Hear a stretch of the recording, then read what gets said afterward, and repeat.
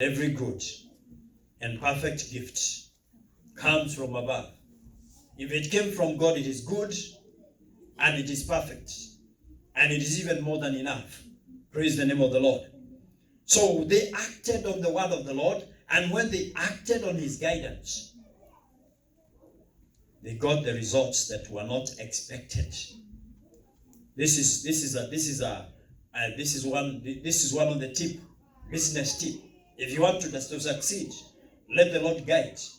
He is going to guide you in every time that you're willing. Praise the name of the Lord. This is the guidance that we need. You need the guidance of the Lord in every time. When Jesus was making a promise to the disciples in the book of John 16:13, he says, "But when the Spirit of truth comes," the Spirit of God had not yet come. When the Spirit of the truth comes, what is he going to do? He will guide you into all truth. Do you know what the truth is? Truth is the realities of heaven. What is true in heaven, that is what should be true of us here. The will of God be done on earth as it is here in heaven. God wants things to happen here as they are in heaven. And the realities of the heaven are the truth. That means God is willing for you to experience the realities of heaven. Do people get sick in heaven? Huh? John Gabriel had a cold last week. No, people don't get sick in heaven. That is what God wants here. And when they get sick, he wants them to be healed. Healing is the truth. Your peace is the truth. Whatever is true in heaven is true of you if you are experiencing it. Are you there?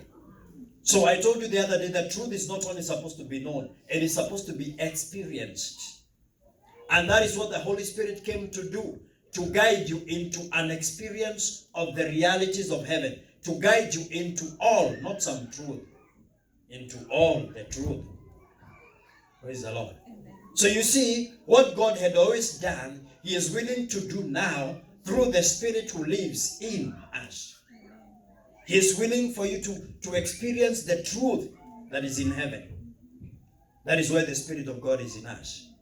And you see, the book of 1 Corinthians chapter 2 verse 12.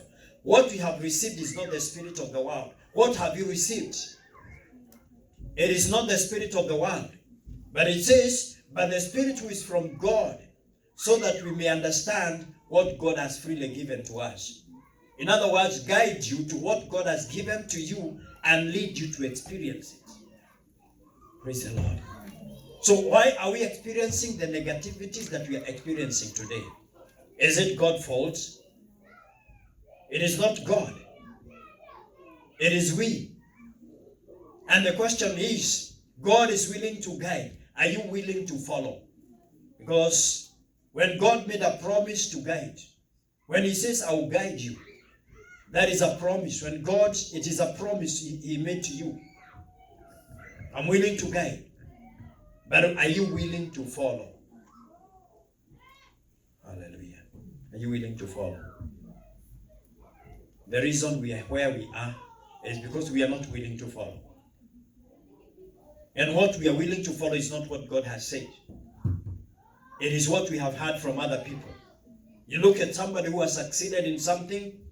Now, it is not bad to look for the counsel of that man, but that does not mean that you are going to succeed as he has.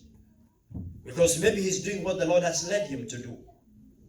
Praise the Lord. He will guide.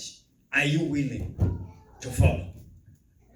I'm willing to follow the voice of the Lord, so that I can be all that God ordained me to become.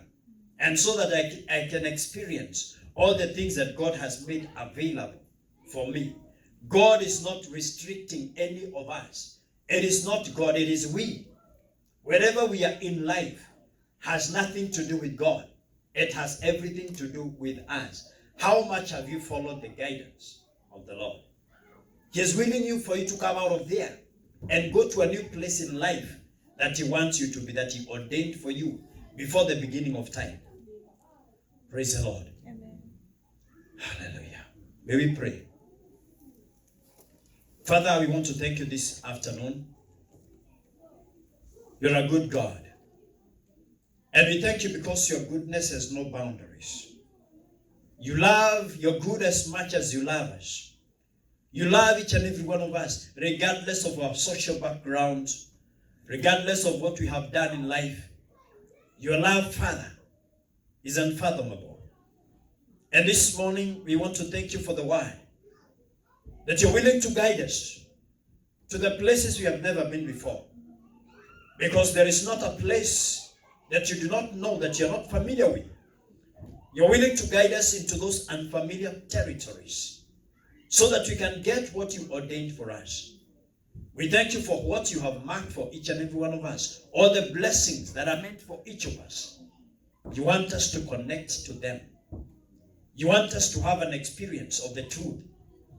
And this afternoon, I pray for each and every person that there will be that desire to be where you ordained for us to become. In the name of Jesus. The Bible says that you order the steps of a good man and lead them in the way that they should go. This is what we are willing to experience. And I speak that blessing upon your people right now in the name of Jesus. Every obstacle, every hindrance, I speak the power of God against it.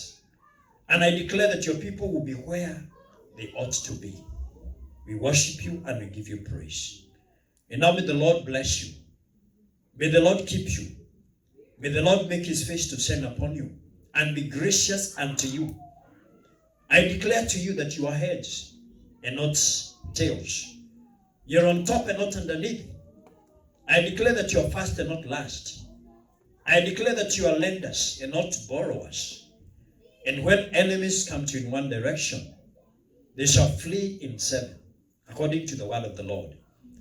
And now, may the grace of our Lord Jesus Christ and the love of God and the fellowship of the Holy Spirit be with us now and forevermore. Amen. Amen. Tell your neighbor, follow the guidance of the Lord as God blesses you. Amen.